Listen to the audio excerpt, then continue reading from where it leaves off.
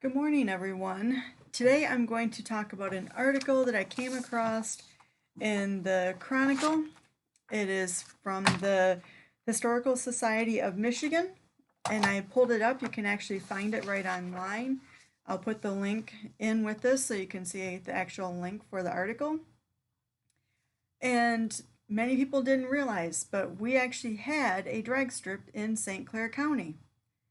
And I used to drive by it when I worked on a route for the Times Herald. I would go collecting money, and part of my route took me down 26 Mile Road, and that was right past this drag strip. So my dad, of course, Mr. Car Guy, he used to race there. So this was his Packard, his 52 Packard that he drove when he raced and what he won trophies with.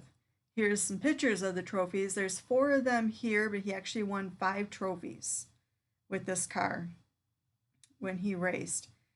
Growing up, they were always displayed on a counter in our basement. We still have them. They're in storage, but we still have all 5 of them. So kind of cool that we got to see that. He also included for me a picture of his motor for you to see. Again, here we have the drag strips. So, the Motor City Dragway, it opened in 1956 in Ira Township. Again, it was on 26 Mile Road. The strip, when it first opened, wasn't paved.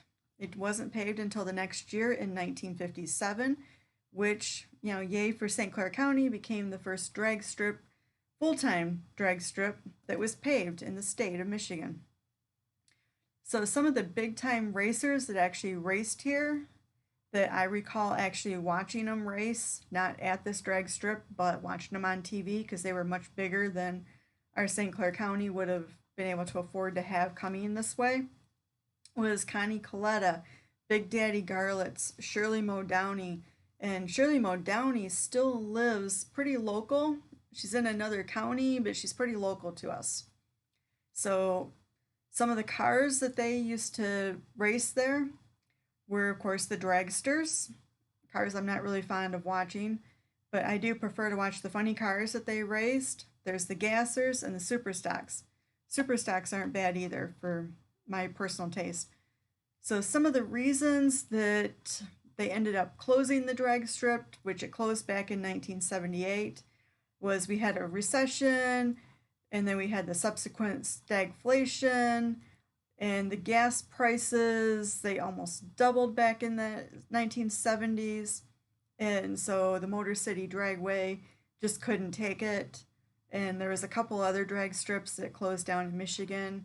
We had a ton of drag strips in Michigan also, other than that. But you can still see some of this old drag strip down there. So let's pull up here. Here's the Motor City Dragway. Some of the old pictures that they had from back in the day. And I understand this is a little red wagon here that used to race down there.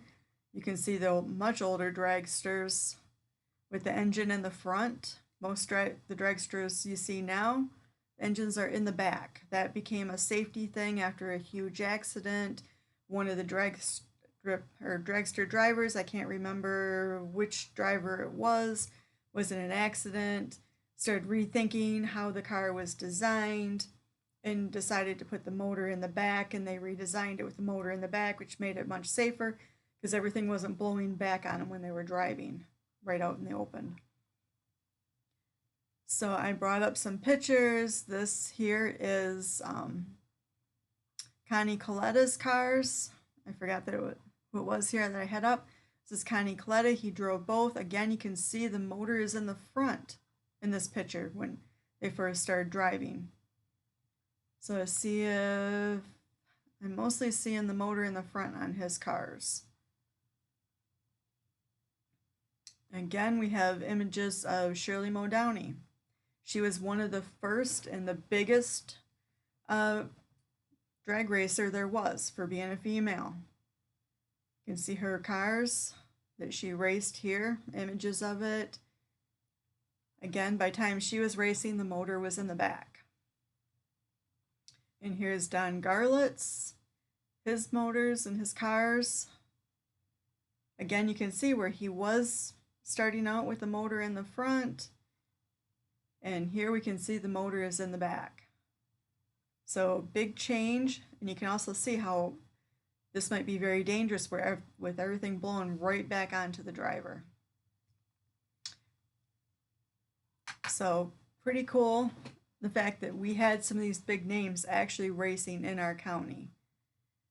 So if you look at the actual article, pull it up here, you can see some of the cars that would have raced down there when they were doing the paving.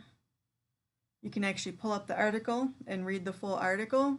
And yes, people had died on this strip. Drag racing is very dangerous. But this is what you might see now when you get down there.